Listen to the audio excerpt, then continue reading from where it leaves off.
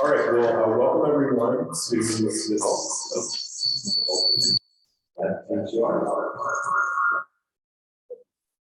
We have a hybrid situation. We're doing this whole series. All right, great. Thanks, everybody. My name is Gary Gaston. I'm the CEO of the Civic Design Center, and I want to welcome you all to our design forum for March, which is entitled Preservation and Civic Design. And this is the third part of a four-part series where we're focusing on our 12 principles of civic design guiding principles. Just curious in the audience, who's been here to some of the previous programs this month? I see familiar faces. So it's great to see you all here. Thank you for coming. And if you're new to the organization, we would like to tell you our mission. Our mission is to advocate for civic design visions and actionable change in communities to improve quality of life for all. And we just have celebrated our 20th year anniversary as an organization. It's a pretty big milestone for us and our work in the city. Our work focuses on several different areas. This event, this Urban Design Forum, is part of our education series. We host monthly forums, quarterly Cha-cha events, annual luncheons. We also focus on advocacy, so we take what we're working on and focusing on and try to translate that into impacting policy decisions in the city and other types of ways to improve quality of life throughout Nashville. We focus on issues related to health and the built environment through our Shaping Communities program. Mobility and land use is a major focus of our work. Public transit, transportation, alternative transit to the car, and how that interacts with the land use that's around it. And then finally, reclaiming public space, which goes into how we can improve existing or create public spaces in the city of Nashville throughout the region. I want to just thank our presenting sponsors, Pet Care, Amazon, Global Furniture Group, and we have a lot of really incredible sponsors, professional organizations that support us. You can see all those on our website. Sponsor. And I'm really excited to have this incredible panel for us tonight. We have Mekayle Houghton, who's the I was just having Mekayle about his son, and I actually remember so he's 20 now. Patel, who is a board member of the Civic Center, and also was with and José González, who is with founder of Conexion, and also was with absolutely. And they will give a little bit more about themselves. But if you're on Twitter and would like to connect to us, please tag us, Civic Design Center, and use the hashtag Civic Design. Okay, so if you've got your phone and you'd like to just take a photo of this QR code, or if you're online, you can pull that up and it will take you to our page that is all about the 12 guiding principles that we're talking about as a part of this four-part series. And each 3 principles under each one of those 4 pillars that we've already done. In January, we did representation.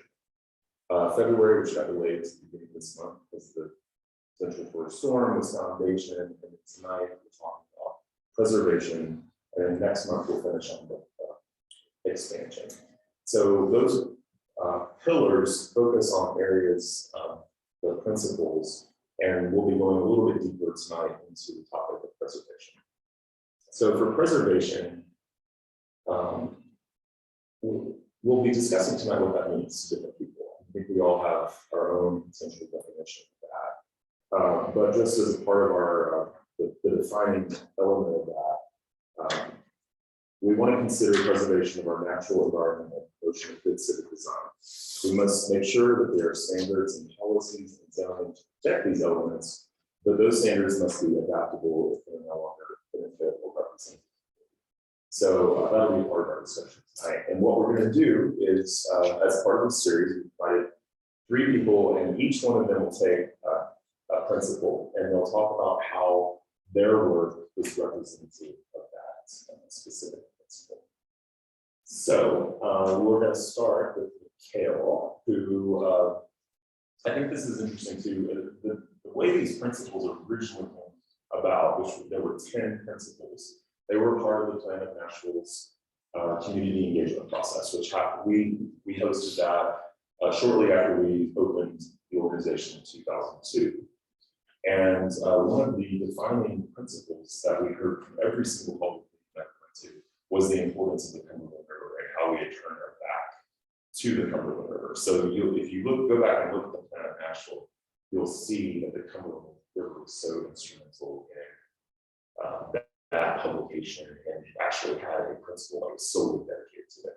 So as we updated these principles from 10 to 12 and tried to make them more universal to communities all across the country, it didn't explicitly talk about the Cumberland River, but it definitely recognizes the importance of natural resources like riverfronts.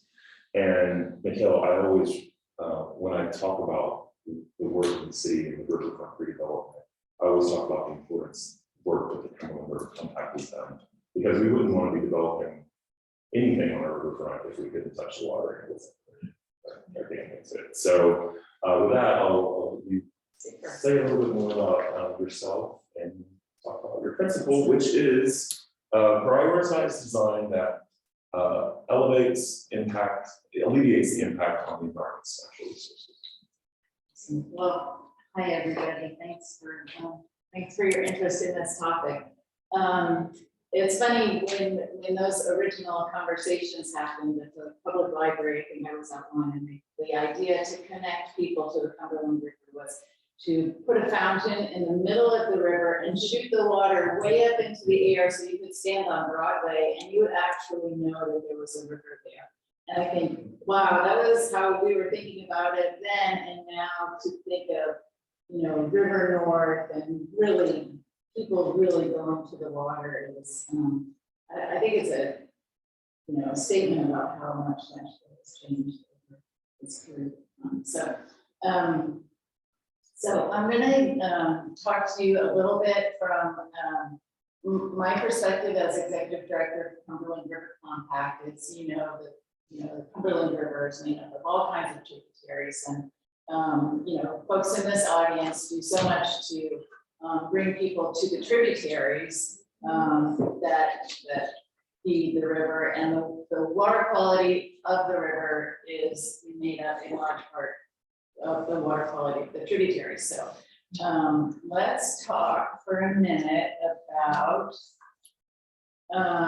green infrastructure and the impact that green infrastructure has on water quality. So green infrastructure is, and specifically stormwater regulations in Nashville, are the way that we can welcome development and also be good stewards of our natural resources. So current stormwater regulations require the capture and infiltration of the first inch of rainwater on the site. So the reason why that's important is if the water runs off the site, it carries with it all the pollution from however that land is maintained in the streets to the nearest storm drain, and that flows into the nearest creeks untreated. So old timers, this is the Ford dealership on Charlotte Pike.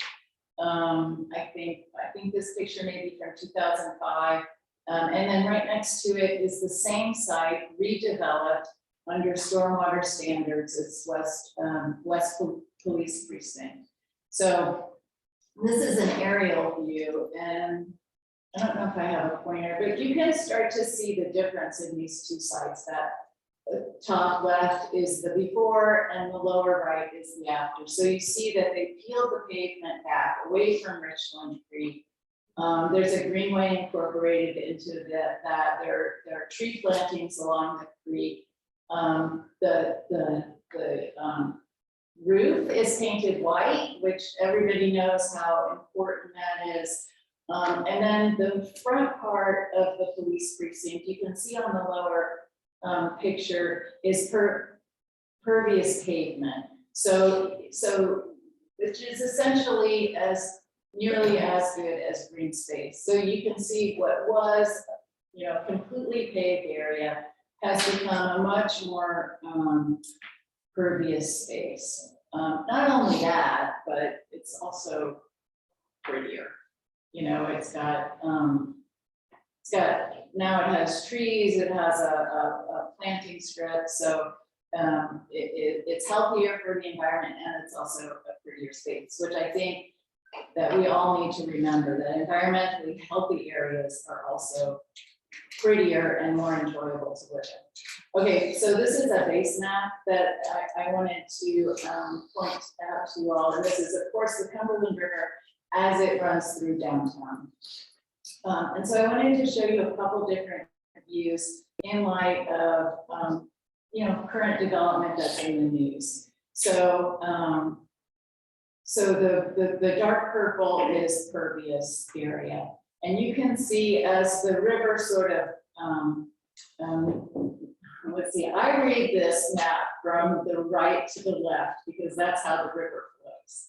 So as the river flows from the right and heads up or down, you know, up, you can see, where would it be good for me to point to the map? Okay, this is just too tough. So you can see that this is the area where Oracle is developing.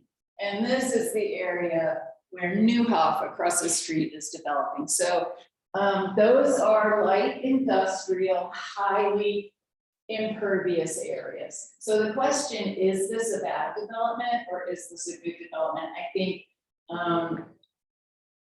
you know, we can take this as an example to talk about redevelopment in Nashville. This is another sort of picture of the same thing. And I would argue that as these sites are coming into redevelopment, what's happening is you're taking an old site like that Ford dealership on Charlotte, you're reviving it and bringing it into current stormwater standards. So Oracle is going to be required to lift out of the floodplain. They're going to be required to capture at least the first inch of water, and they're going to want to do that. And plus, they're going to put boats on the river and begin to develop an interest in water quality in the river. So I would say that when I look at redevelopment in Nashville, or development in Nashville through a water lens, I'm thinking about redevelopment, what's the current land use? So let me show you this next picture. Does anybody know where this is? It's TSU. This is the TSU wetlands, which is right here. So there's a huge difference between this dark purple area and this, you know, largely pervious area that is filtering water, it's taking flood water, so that, you know, it spills into this wetland where there are no structures to protect downstream. Is that near the golf course? Yeah, it's yeah, the golf course, Ted Rhodes Golf Course is right there. And then the TSU wetland is right there. But it's astonishing, you know, to see like really that close to downtown that we have this. And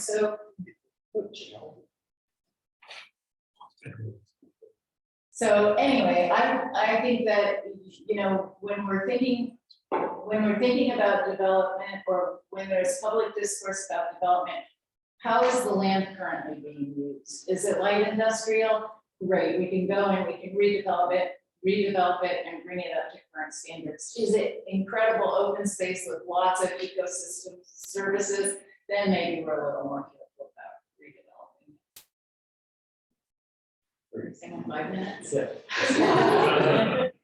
I love these maps too, with river flow survey process just to see the pervious versus the impervious. Yeah. Okay, cool. Let's do the next slide. Goes over to D. So D, you're up with the Principal, recognize historic and socially significant distinctions in community design, and the subsets of that are local elements, inspired design, civic buildings, exclude, obviously this is historic structures, which I think you're very well equipped to talk about. Well, this is a topic near and dear to my heart personally. So those of you, anyone not been to the Hermitage Hotel? You can go before you leave. Just a couple. Okay, well, that's a good. So the Hermitage Hotel, obviously, an iconic historic building in Nashville. In fact, built in 1910. However, in the 80s, actually, I would say 70s, I believe, there was a lot of question if the building was going to be sustainable, and there was a lot of talk about tearing it down. And there were great stewards in our community, from the mayor at the time to other stewards and advocates such as Ann Robbins and many, many others who were part of saving the Hermitage Hotel and thus putting it on the National Registry of Historic Places. And that means that this is a building that tells a story that's important to the local community, and it has a sense of value and a sense of place. And my name is Patel. I'm the managing director of the Hermitage Hotel. So I have the great pleasure of being a steward to what is a very special institution in our community. And I obtained that role in 2018, and it was during the time where we were having discussions about a national landmark designation. And that designation is it's no small feat. It is representative of a building, a place, an object that has played a significant role in our nation's history.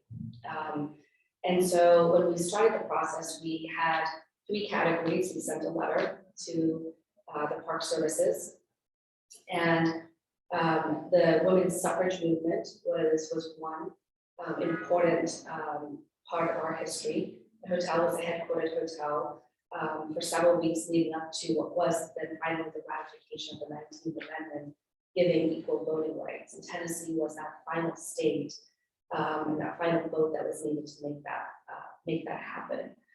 The other was the architectural Bose art, which is considered a masterpiece, which also plays a significant role in architecture. And then the third piece was Francis Crabb. And I believe 1947, getting my dates right, Francis Crabb's orchestra played inside of the dining room of the Hermitage Hotel down in Cumberland Road. And his one of his songs made Music City's first hit ever. And so those are 3 significant elements we thought were important. What we received back was that the suffrage movement was a significant piece of history that really did make a significant impact in the United States of America. And so we started a process that would generally take 5 to 10 years. We started it in 2018, 2019. I was heavy into really better understanding the suffrage movement. 2020 was the centennial anniversary, 100 years since women gained their right to vote. However, it was a very political issue, and there was lots of politics and race and issues that were still difficult to, I think, a lot of people to absorb. And for me as a steward and as a leader of the hotel, we are Switzerland. We serve all guests. We welcome all guests, and we're not biased on political or anything for that matter. And so celebrating a significant piece of history within the walls was really important. Finding ways to modernize programming so that we could connect to different generations, whether it be young children, girls. You saw some of the Girl Scouts on one of the slides. Women who remembered as a child hearing from their grandmother or their mother their struggles because they experienced that 100 years wasn't very long ago, to a younger population generation, because the history just wasn't really, I think, in the forefront at the time. And so it was a rat race and a personal endeavor to particularly as the first female to be at the helm of a property like that, was to try to get the National Landmark designation in the year that we were going to celebrate, the centennial anniversary. Well, of course, COVID, global pandemic, the world shuts down, and we had this celebration. And so we found ways to still celebrate. We had afternoon tea, as you can see on this slide, that was very socially distant. We had book readings, history tours. We created a suffrage menu that was inspired by key suffrage leaders. We took their personality and developed a cocktail and used adjectives to describe it, so you can select a cocktail by an adjective that might resonate with you. And again, it was just connecting to different generations, but weaving in pieces of our history in a way that was really thoughtful but connected. Well, through the help of the Centennial Commission that was formed by an act of Congress, and their assistance by both our senators, writing letters to our governor, to our mayor, to say, please help us move this designation forward. What better year than 2020? In the middle of, there's nothing positive about the year. What a great way to make some positive noise. And so right at July, I think I must have called every person that had any inch of influence to help us. And we finally were able to get the National Landmark designation. We were the first property to leave under that administration. And on August 18th, with the community outside, and you might have seen on a couple of the slides, we can actually click through more of them. We had an antique car parade, that's my daughter actually. We invited the female council, because of course we were socially distancing, so only up to 20 so people were invited. This is Girl Scouts. Here's Elaine Weiss, the author. We did lots of book readings with her. She wrote the book Women's Hour. It's a historical exhibit inside the hotel. We did things that were very community driven. Here are the colors of the suffrage movement. And here's our National Historic Landmark, one that I will say, if there's any one thing that I will cherish in my career, would be that I was able to be part of something so important. So fast forward to this beautiful celebration, National Landmark designation, a designation that one of the only hotel in the state of Tennessee to earn such a designation. I believe the last designation was given to the Ryman Auditorium, but to be amongst the prestigious collection of the White House, Statue of Liberty, Mount Vernon, the birthplace of Martin Luther King. What a gift to have in our own community, something that really played such a major role in our nation's history. And here are some of the councilwomen that joined us that day. So turning the page to today, as we, some of you may have read a lot of the renovations that we're doing, improvements that we're doing. Gaining the National Landmark designation didn't prohibit us from making updates. And of course, with anything, we have to continue to invest in our property to ensure that we continue to stay viable. And so, but even through the process of renovation, we were very thoughtful. We partnered with Draper James, the connection to the suffrage movement, female entrepreneur from Nashville. Her team developed a pattern, a fabric that a uniform program for our team. And within that program, there is moments of yellow floral, which are connected to the suffrage movement. So the movement became known as the War of Roses. If you wore a red rose, you were against the vote. If you wore yellow, you were for the vote. So you will see moments of yellow within the hotel in different ways. The artwork that we're curating, whether it be with local artists, there's moments of history where Minnesota Fats once lived at the hotel. The general manager with 2 children, José and Dar, lived within the hotel. Now the restaurant Capitol Grill is named José and Dar. So connecting history in a manner in which it still connects to all generations, because we have to make sure that that connects to our young young leaders, our young, community members. At the same time, stop me if I'm going. 5 minutes. Well, we might give us another page. Because the talk about the corridor, okay, let's do I that. think let's do that. Okay. Let's do it. I love the story of that. You've done great. I don't know what else to say. That's great. Let's see. Can we? It's also, It's on auto. all together. Oh, okay. Okay, so, and our final principle in this pillar is promote communities with local economies to be equitable and sustainable. And that can, subsets of that can be the whole process of working within your community, building trust within the community, community supported vision, investment in local interests, economies that support the residents, and certainly equitable opportunities for those residents and business owners. So Jose, tell us about yourself and take it away. Great. Yeah, that's gonna be hard. That's great to hear the story from her. So I'm José González, and as Gary said, I'm one of the co-founders of Conexion Americas. And those of you who may not be familiar with the organization, also about to turn 20, so we're just a little bit ahead. Next month, in a month, we celebrate our 20th anniversary. And Conexion Americas is an organization that was founded with the mission of helping the immigrant community, and in particular, at its origins, the Latino immigrant community, in the process of integration into the community.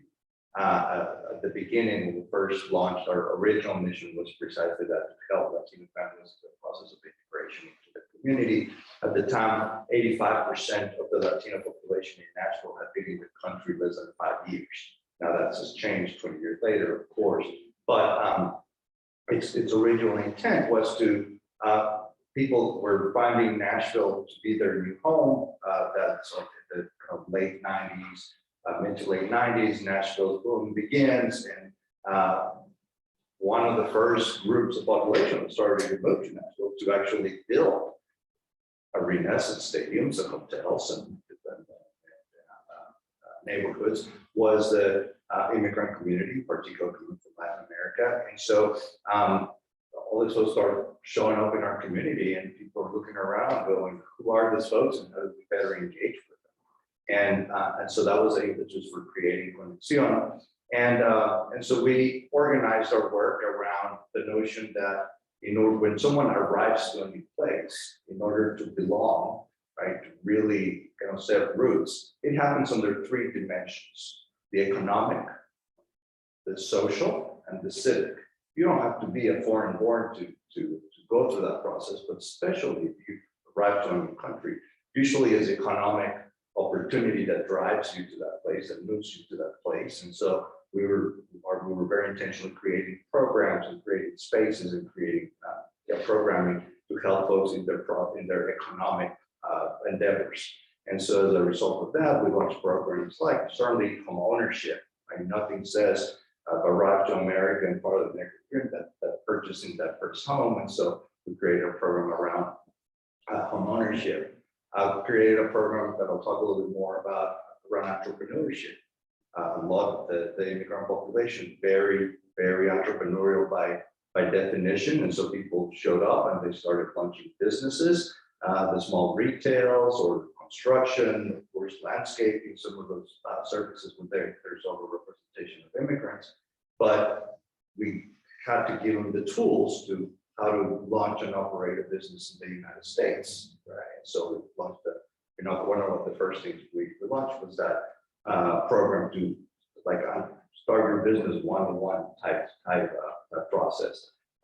We launched programs in financial literacy, how to use the banking system, how to pay your taxes, those types of things that fall under the economic umbrella.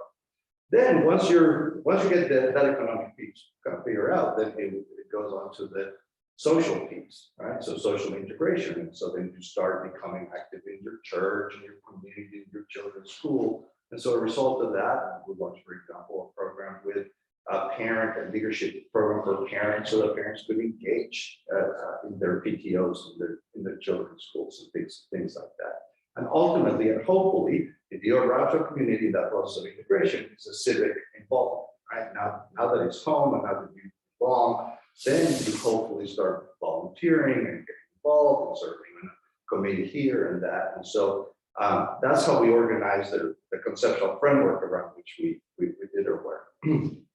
About 10 years into our work, and our original office was not where we are today. It was actually here downtown. We're actually on Music Row. We had started there because that's where I had an old office and we had some space.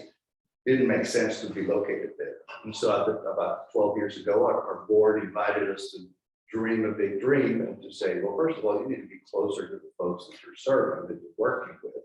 And second is like dream a big dream. And so what came out of that big dream, I think there's a picture, was the conceptualization of the Casa Azafrán Community Center. And Casa Azafrán is a 40,000 square foot building that is the way that I describe it today, it's a co-working space for nonprofits. Nobody knew back then what co-working space was, but that's what it is. Right? So Conexion Americas took the lead, with support of our board and many organizations, including the Civic Science Center, to create this model. And so the model goes like this: is we, as a co-working space, very similar. So we went and recruited different nonprofits, different agencies, all of whom serve, or at least have targeted initiatives to serve refugees and immigrants. And at this point, it's not only Latinos, but just the broader foreign-born, or immigrant origin families that have settled, not exclusively, but primarily along the international corridor of South Nashville, along Rollinsford Road. And so we went around and created a concept and pitched the idea and built this very nice, very welcoming, very useful community center, and invited different organizations to be part of this, community. So all the organizations that have an office there, they operate out of there. They have, again, either their primary target serving this population, or they have initiatives. And so to serve their target initiatives to serve this segment of the population.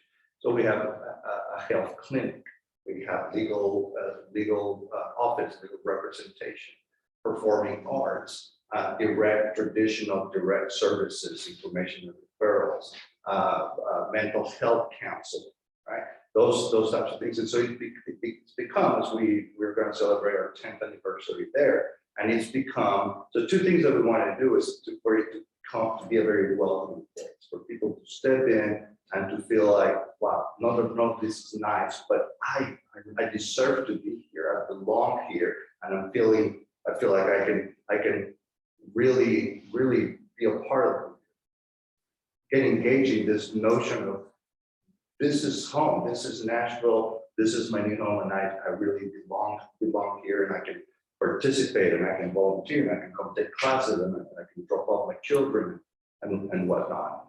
And so it's been a very, again, the place is very welcome, very nice, and it's become an anchor in that part of the city that certainly has started to has changed and has allowed a lot of the people that are that live in that part of the city to engage in life in a more normal, routine and welcoming way. One of the things that to kind of, I think it's a couple of pictures there actually. So I'll talk about the park in a minute, and then, but because of the principle that I'm to really hone in on is creating equitable opportunities for everyone. So one of I mentioned the entrepreneurship program, and early on, one of the things that we identified as a need was an opportunity was, of course, a lot of the businesses that folks were beginning were food-related businesses, right? Like I have this nostalgic feeling around, the food that I ate at home that I don't have here. So naturally, a lot of folks started getting involved in just food-related businesses. But of course, here, the the standards, the regulations, the need, the money that we need. And so we created a commercial kitchen that is a culinary incubator. And so inside of that, inside of the community center, we have what we describe as a culinary incubator. And so it is a co-working space for food entrepreneurs.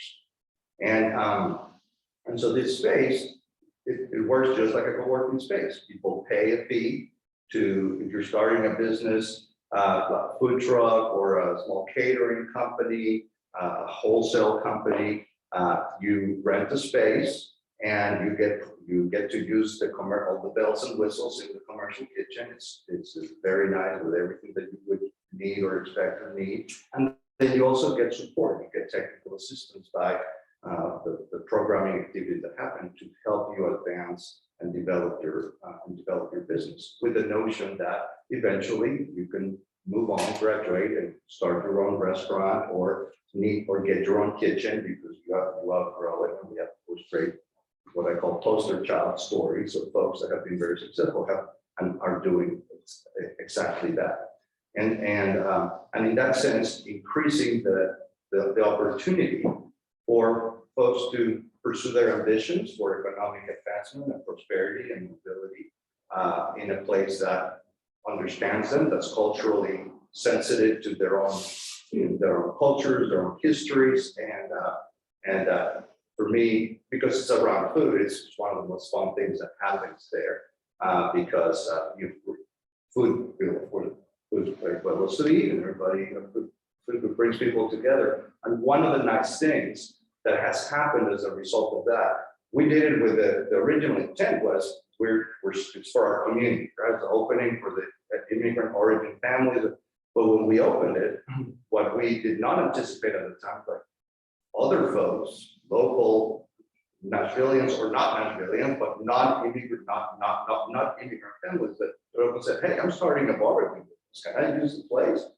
Or I'm a baker, can I use the place? And of course, the place is open to everybody. So we have a mix, probably about 60% of folks that are the immigrant origin families and 40% that's not. And that from a sort of community building perspective is fantastic to experience, to see, because you have literally the two guys from Texas that are, launching their barbecue business, working next to the Egyptian food truck owner across from the Mexican upscale caterer. And so not only the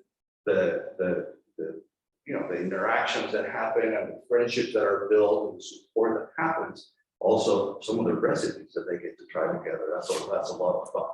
And so that's something that is, when I think about creating environments where communities can prosper, that are reflective of who they are and how they belong to a community, that always comes to mind. Maybe I'll talk about the part after. Yeah, we'll talk about mistakes. So cool, great. Those were awesome presentations. So each one of you has talked a little bit of the different aspects related to preservation. I'm curious if maybe we could try to start, and it doesn't have to go in order, anybody can jump in. How do you define preservation? I can go. So if I take the Hermitage Resort itself building, right, so it has historical significant relevancy in Nashville. It is Nashville. It's a 112-year-old building, and so much has happened. It means so much to so many in the community. It's part of the character and the heritage of the community. It creates a sense of place. There's storytelling.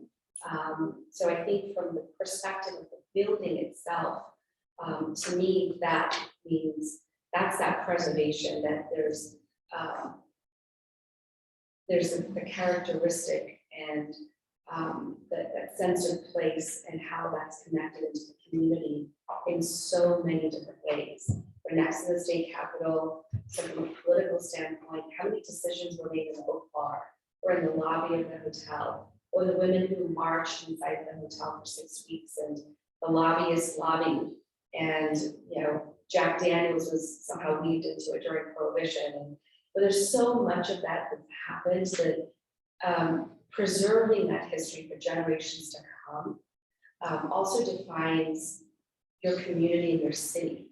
Because if you just have shiny new buildings, then how do you talk about your city? How do you create that sense of place? I think preservation can be sort of problematic concept, when you think about how loaded it can be, with preservation of these past things, and trying to make progress as a society, but hold on to what's meaningful. So, there are social and then there are physical. So looking at like, that Ford dealership. Well, you don't want to preserve the Ford dealership. You want to find the values, that are meaningful and, so kind of getting to those core values that are meaningful, whether it's equality, equal opportunity, clean air, clean water for everybody. And kind of find those core values and preserve and articulate those into, kind of manifest those into your work. So, yeah, that's how I would think of preservation. It's just finding some really meaningful values to either rediscover and move forward. And to that point, for me, preservation it's not the way that we articulate and think about it is the cultural preservation of the families that are an important segment of our community now that are making such important meaningful contributions to the vibrancy of the city. And so one of the things that I think a lot about and thinking a lot about and worry some about is the growth of the city is putting in jeopardy the economic, certainly the economic, but the cultural vibrancy of the area. Right, for many now this population that has been around and grown, and like people go to that part of town because they want to experience the ethnic foods and the there's a couple of venues and there's a couple of things to do. And so when I worry and I think a lot about what the prosperity, the push of prosperity of these communities out of the areas once the tsunami of prosperity sort of takes over that city, because we have to preserve, like we, generally speaking, people, that's one of the assets that we recognize in Nashville, the diversity of the city and that part of town and the people that make part of those communities. And so I certainly worry that we won't be able to preserve that vibrancy, that cultural vibrancy once the shiny tall buildings overtake, and then the Salvadorian restaurant guy is going to have to shut down because there's another steakhouse that is going to go into that spot, right? Nothing against steak, but so how do we think about it? How does Nashville think about intentionally preserving that element that has become a real part of the brand? I'll tell you, when some of the big companies in Oracle come to town, they're scouting town, they're part of what those recruiters do is they take them to the part of town and say, look, we have, isn't this great that we have such diversity in town? You want Ethiopian food, or you want Filipino food, or you want Indian food, or you want Guatemalan food? Here it is. And so that's to me, when I think preservation, that's what comes to. That reminds me of our very first session we had Lauren Fitzgerald join us, who's the executive director of Jump. And I think in another very clear community similar to Nolensville that has a very deep history and is being endangered by this growth that's happening and the displacement that comes along with that. So I'm curious, and obviously with our natural areas being eroded by development, we're growing so much in the city, which we know that that's in some ways a great thing, but the negative impacts of that are certainly being seen across the city, particularly in a place like Nolensville, what you just said, was that were, what made that place special is now, it's threatening to. Can you think of projects that you've seen, in addition to Kazakh, or if you can think of one or that really do capture the spirit of that type of preservation? Like, not only maybe the architectural character, but the community character, the almost things that you can't really define that well. One that exists today that I'm sure many of you are familiar with is Plaza Mariachi, for example, right? Which architecturally was an old Kroger store, right? But if you walk into it, you would never know that that's what it was. So, but it is a great spot, entertainment, retail, food.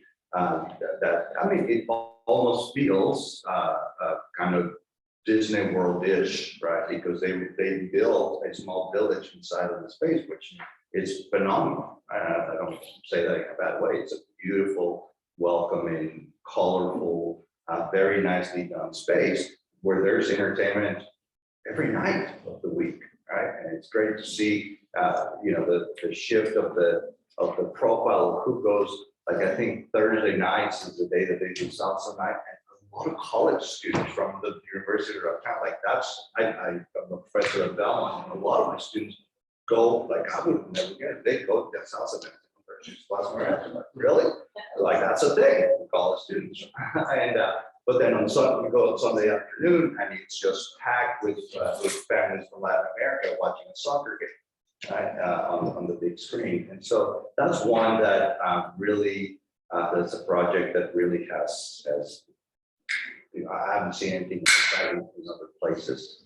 And so there's some discussion, some conversations, some ideas that are cooking about doing some other types of things around housing, around food, around education, to try to leverage. I mentioned the prosperity that's coming, and the thing is we can't. What is true is we can't fight against that or stop it or not be a part of it. It's like, let's find mechanisms, let's find models where we can leverage that, but not to the detriment of this community. And so I've been doing a lot of thinking around that. How do we create projects, programming, develop assets in a way that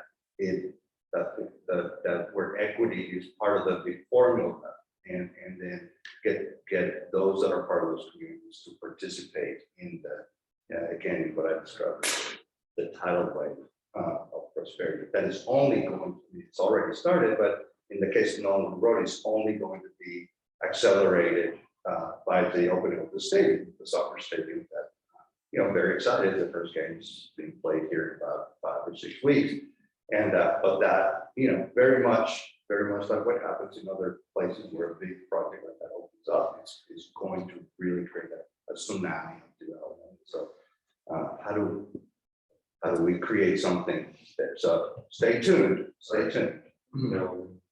Yeah, I think it's very hard, and it requires a lot of intention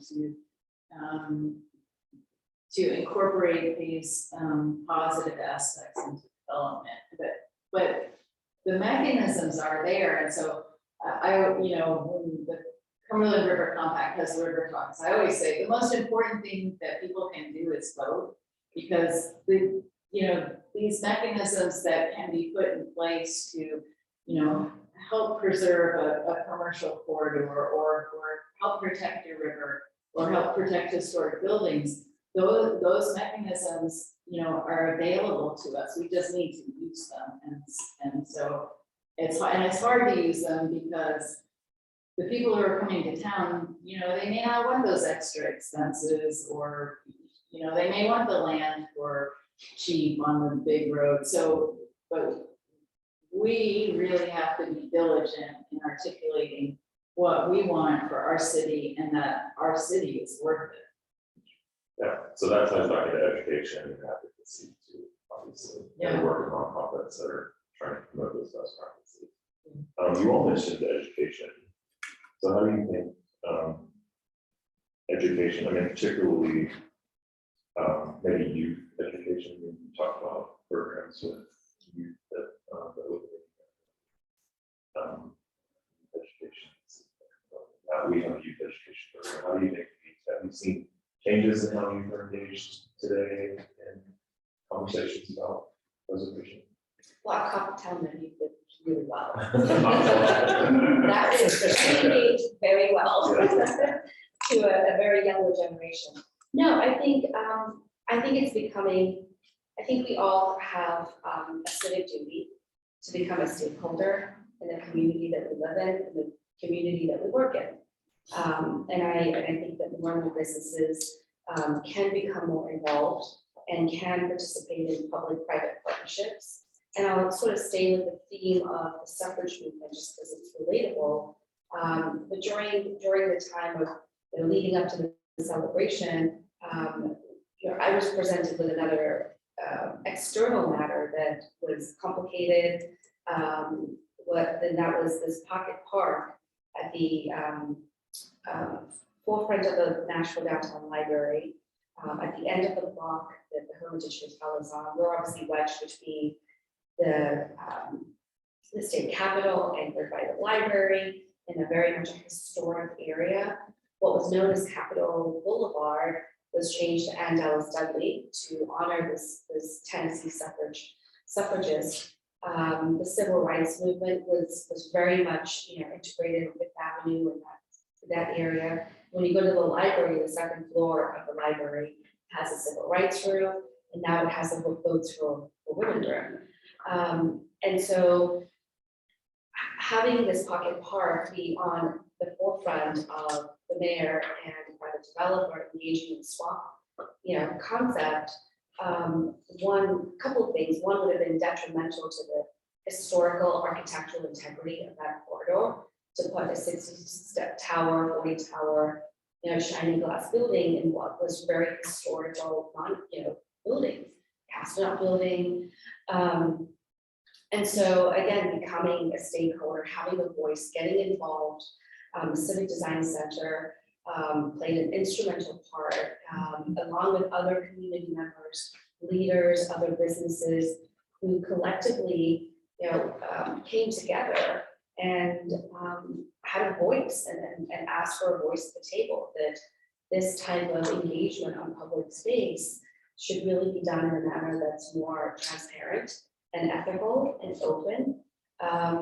And today, what has come out of that is a formation of the Historical Capital Corridor Foundation that is used as a funnel to funnel private dollars into what is a municipal space, a public park, a park that should be available to everyone, should not be selected to any one group or another, and it become that way, it become light.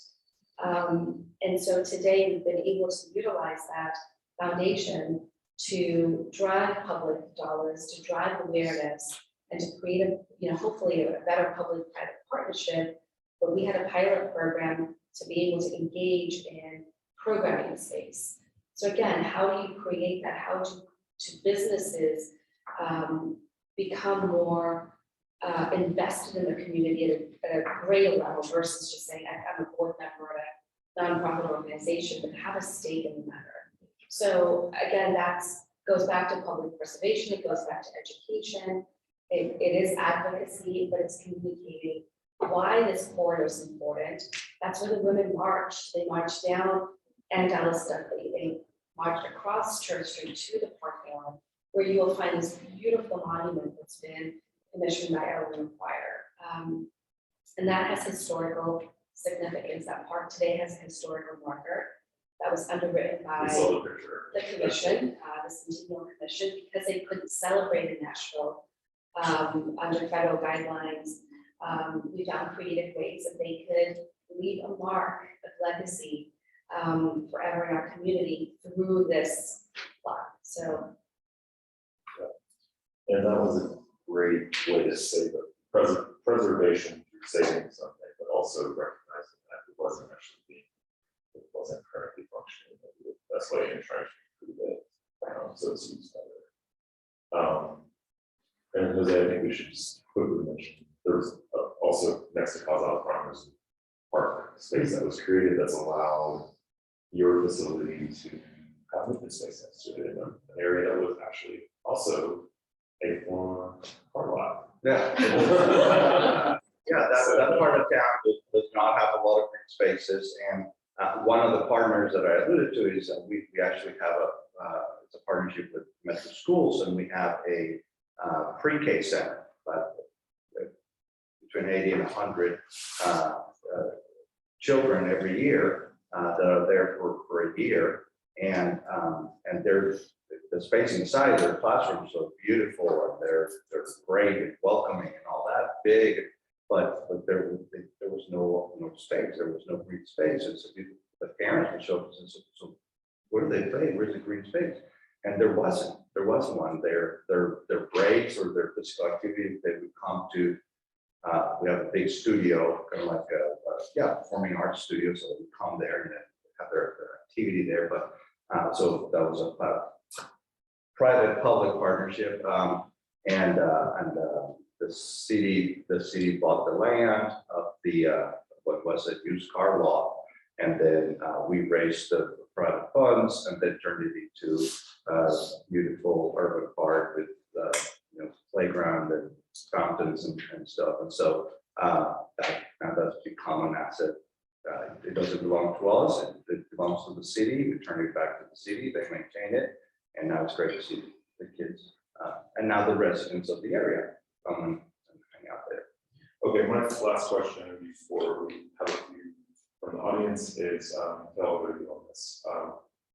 Cumberland compact with a lot of trees and forests of trees. With all the developments having actual offices, we're seeing a lot of deforestation. Are there any other tree issues you think are going to happen? You mean like this? I'll let you go. There's this amazing bird called the purple martin that nests in the trees by the symphony, and like all birds, they poop a lot, and so the symphony wants to take down the trees and get rid of the bird poop. I don't think it's targeted at the birds, but definitely at the poop. So you would have think that people would have. You think people would have learned from Cherrygate not to just. Yeah, no, but I think, it seems like there's a conversation starting, the trees haven't been taken down yet. And certainly a lot of organizations are trying to convince the symphony that the birds have a value, so gosh, we've been through that so many years. Yes, here on right, Second Avenue. Avenue has. Some people had their way to move down the streets years ago, and we always had to go out and just say, you can't. Yeah. You can't just, it's very similar to, I mean, in some ways, it's similar to the conversation on Church's Park, right? Absolutely. There's a problem, let's take away the park. There's a problem, let's take away the trees. So I think we always have to be there and ready to raise it and say, To that's find not solutions. I mean, there are solutions. creative. Yeah, I think creative. increase the cleanliness piece, I think purple umbrellas to like walk through the trees. Yeah. Cool. Questions from the audience? This one's been really itching on my mind, so got to get it out fast. But I'm really curious about the topic of disasters with preservation. And I have just 3 examples right off the top of my mind that apply to all of you. In South Nashville, we had really major flooding last year. And I have actually a view from my house of plastic and electronic debris in Mill Creek that's still there after a year of polluting the waterway. Right behind us, there was a bombing on 2nd Avenue that's destroyed historic buildings on this street that we're still in the process of rebuilding. And the tornado in North and East Nashville threatened even the culture of people in North Nashville, with developers coming in and trying to buy back their property. So I'm just so curious to hear, how do you respond to that role of disaster when it comes to preservation? Either human caused or natural preservation, how do you respond to it?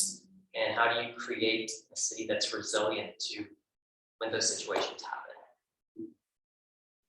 Yeah, I think that's a great question. I think our organization and, probably a lot of people in this room are finding that it's going to be pretty normal pace right now. We were thinking of, the city nonprofits were entertaining the idea of celebrating or honoring the 1-year anniversary of the tornado. And then the flood came and we're like, wow, we can't even, acknowledge these anniversaries because we're always doing it the next. So specific to, trash and streams, federal funding, it will be used through our, to do city cleanups. That's under this, administration, and that's slow to get going. So I don't think that that's a permanent solution. Were the businesses to pull out of the floodplain, then when the water rushes down Mill Creek or 7 Mile Creek, they're not going to rush through like restaurant supply, warehouses. And what happened on Mill Creek, I don't know if this is interesting to you all, but there's like a warehouse in the floodplain. Rather than it stored restaurant supplies, rather than have the doors ripped off of the warehouse, they open the doors so the water can flow through. The water flows through and takes everything in the warehouse with it. It's a single source, which means that that company can be held accountable to clean up, but to clean up the debris, even though it's on private land, but they're enmeshed in a lawsuit right now. So, this is just something we're gonna have to figure out. And the compact is gonna be out there. We're gonna be out there this Saturday, actually, on 7 Mile Creek and then Mill Creek in May. So doing large scale cleanups, but that's not a solution, that's just a response. And I would say that we need to move out of the floodplain. We need to be strict about these laws and development and stay out of the way of these creeks, because they're going to claim more and more land at this point. I would just quickly say it's a balance, right? It's a balance between sustainability from a business standpoint and preservation of a building that can be preserved. And this was devastating. This was traumatic. This was, beyond what any of us could fathom that morning or the next day or whenever we found out. But I think there's an opportunity to bring life to this area. I think from any tragedy comes an opportunity. And I think that there's an opportunity to find balance between the two. So I think that's always really important. Had we not renovated the Hermitage Hotel in 2003 or 2004, I don't know who would have taken it and what they would have done to it. But it was in a very dilapidated condition when our ownership took over. But anytime you want growth and change, the two are twins. And so I just think it's being really thoughtful, and both preservationists and both business developers have to come to a neutral, place where you can achieve both your goals. Eric, sorry, I was just gonna give Eric a chance to maybe put something in about the climate action plan. Yeah, so we're working with the mayor's office, the sustainability committee to get input on what the city should do about climate action and taking charge and trying to get metro government to take steps in the right direction. So I think we have a QR code maybe up here that we could show that if you wouldn't mind filling out the survey before you leave, that'd be a big help to us. Yeah, I don't want to ever interrupt this Science Center survey, because that's I was just thinking about preservation in the way of new development, and how do we promote things that we will want to preserve that are being built now, and how we can encourage new development to be built in such a way that it will become something that 50, 100 years from now, people are wanting to say. And I'd like to kind of hear your thoughts on that. I know that a lot of the development that we've talked about, I think that the hotel is a really good example of that, right? It's like, you're either gonna fix it or you're not, going in and protecting and preserving what was there. But on infill developments, to be able to create something that somebody really wants to keep for generations. How do we encourage that? How can that placemaking be part of the conversation? Is something that I'm very curious about your feedback on. Well, I could jump in on that. You guys are probably the best qualified for that. Well, and I just realized we're sitting in shadow of the 10 principles of the plan of Nashville, like the original. So years ago, we actually created a toolkit that's associated with these that was meant to be a tool for neighborhood organizations that could kind of look to these and through education could demand that these are incorporated into projects or actually ask for them to be from the development community, and then also from the development and design side, that those individuals and companies could utilize these up front in the process so that they're thinking about these things. And to me, I think that's something that was really high on our wish list, is updating our 12 principles and then making something, through its maybe working with the planning department, Metro Council, other nonprofits that really try to make this a standard in our city, and maybe other places too. These are our values that we hold important, and if you go through this process, that's going to make the project better, and it's going to make something that we want to hold on to for long term. And zoning too. I mean, Nancy, you just went through some of that with Dickerson and creating an urban design overlay or strategies like that, where we can make a policy that suggests, preservation of our waterways or buildings or, culture too. Sure. And a lot of people might not think that there are some aspects about Williamsville, like architecturally, but it's in that case, it's more the character of the place and people and businesses that are there. So how can over time maybe that be or physically transformed, but it still maintains that what makes it special, right? And so I guess that, what can the city do, or, I think the city has to prioritize these places and invest in people that are there now so that they're not pushed away. Well, invest in those small businesses so that they can own the skin that they're doing that work in. Because as long as they're just still renting, they're in jeopardy, and whether it's a music venue or whether it's a restaurant. And so being able to find ways for business ownership and business gentrification and small business growth to be on the same table as housing, then we're still kind of doing ourselves a bit of a disservice if we're not thinking about those.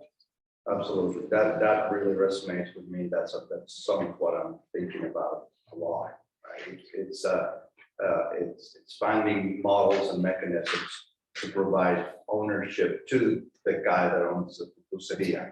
So that when that property where he now operates his restaurant, when that developer shows up with a big checkbook, it's like he's got a place to go that he can own and operate, not only operate.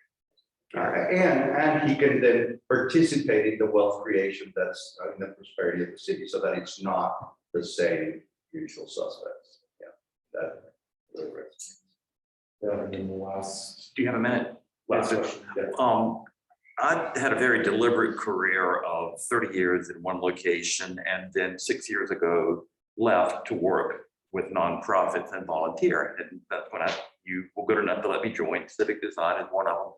But in watching the patterns of where people are successful in getting traction, it's almost having to find where an organization has a person who's established authority and legitimacy in their particular area. And all three of you have done that with your organizations, which is the testimony that you're here.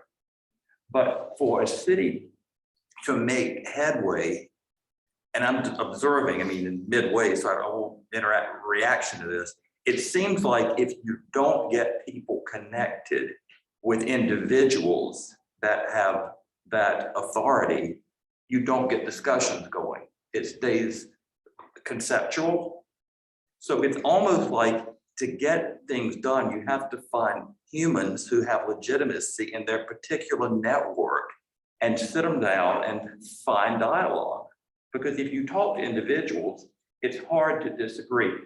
The symphony comes up of how do we take this from people wandering off in frustration and venting in different ways to something that is a way to connect with really what are the issues and how do we weigh public interest against the symphony's interest and where does that community discussion, but it's going to take individuals trusting each other. And so that to me seems the creative part. It's still based on getting humans to sit down. And I know that sounds trite, but I'm finding it where I'm able to find things in the 3 or 4 groups I'm in. I have to find a person who has a connection somewhere else with legitimacy and reach them as a human being willing to help me connect with my group that I have a network in. And I'm wondering why do some cities have that and others don't?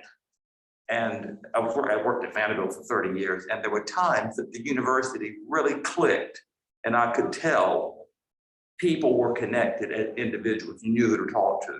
But once it starts becoming anonymous and it's conceptual, the frustration builds up and you don't really have the little networks.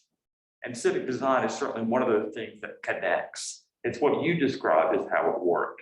You took your task and you knew specifically how to work it. I know Mekayle is a pro at building connections and bringing people into consensus. I feel like that's where the power of what you're talking about is the connectivity between the different organizations, right? So if just the Cumberland River Compact is working by itself in its own The silos, we sphere know don't or work. silo, that you would certainly accomplish something, but collective impact of us knowing each other and working together as organizations because we have a mutual interest in seeing certain things happen, or connecting on America's cause of crime, and or working on something like Church Street Park. Those things solo, we would have all fallen on that, right? But it took It's getting multiple traction groups. with other groups that have legitimacy. So that's community engagement. Yeah. That's community. And building a trust, a sort of back scratching. It's an odd thing that some, Well, as a part of it, I think everybody here is engaging in that, and has a responsibility. absolutely, but So- I mean, but we're preaching to the choir somewhat. It's the people that you really need that aren't here are the ones that of course, obviously, we always need to be the ones at the table. But like anything, I think it's a responsibility of each citizen to Yeah, become a stakeholder, right. right? Whether again, it's in the neighborhood that they live in, the space that they work in, the business that they represent. Yep. Whether you are new to the organization, find those interests, find those things that you connect with. Yep. And yes, it does take additional work, but then that's the civic, right? That's the piece that if everyone could exude that, and you find these different organizations, you meet these different people, you network, Yes, and you build your network, and you're able to then figure out where to go, or if you don't know, you are able to find, to ask questions. and that's some of the double edge of preservation can also be holding on to things that are no longer relevant. It's difficult to make the case that when preservation means being open to change. It's a difficult balance. And I would encourage all of you to stick around for one more year at least and meet and talk to people and maybe some of the ideas that come up here. I'll just finish with, I think that's, Judson, what you were just talking about was actually one of the questions I had on the list that we get to was, there's so many different aspects of preservation. It's probably almost impossible to be involved in all of them. So, right, it kind of is like, maybe pick the one that you really are passionate about, dive into that and try to make this impact with it, and then be open to understanding how they all kind of connect to each other in some way. Is that? And can you kind of spread yourself too? Yeah, you can't be at every party. You Yeah. can't go to every party, right? So, well, thank you all for joining us tonight. Please come to our next session, which is on April 11th. Majora Carter's Book Club is next Thursday. Are we full for that?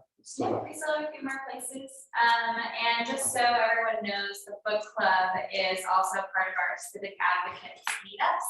And Civic Advocates is what we're calling our volunteers. So we're trying to not only just engage people and to get involved in our organization, but also to come together and have discussions about how they actually want to make that impact, like we're talking about here. So the whole point of the book club is not only to hear Majora and talk about the book, but also to use her book as a resource and think, hey, how can we now do this in our own community, and to actually get together in small groups and brainstorm that. So that's going to be a part of the book club, which is going to be cool. And we're going to have more of this series over the course of the year that we'll get together. So that's just the first one. And then I will put this up. The Climate Action Plan Survey. This is the code. We'll leave that up, see. Okay, awesome, thank you.